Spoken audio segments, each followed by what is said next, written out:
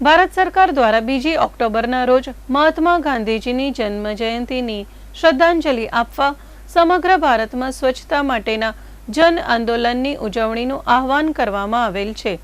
આ વર્ષ સ્વચ્છ ભારત મિશનના 11 વર્ષની ઉજવણીના ભાગરૂપે સ્વચ્છતા હી સેવા 2025 અને સ્વચ્છોત્સવ તરીકે ઉજવવાનું નક્કી કરવામાં આવેલ છે। જે અન્વયે આજરોજ તારીખ 17 સપ્ટેમ્બર 2025ના રોજ સવારે 7 કલાકે આદિપુર બસ સ્ટેશન તેમજ આજુબાજુના વિસ્તારની સફાઈ કરી, જેમાં માનનીય commissioner Shri Manish Gurwani, Gandhidham municipal corporation,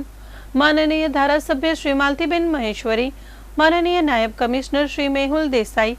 માનનીય નાયબ કમિશનર શ્રી સંજય રામાનુજ, સેનિટેશન વિભાગના કર્મચારીઓ, સફાઈ મિત્રો, સફાઈ કર્મચારીઓ તેમજ વિવિધ સંસ્થાના હોદ્દેદારો અને સભ્યો તેમજ સંગઠનના હોદ્દેદારો અને કાર્યકર્તાઓ સાથે જોડાઈ આ સ્વચ્છતા ઝુંબેશનો પ્રારંભ કરવામાં આવેલ છે।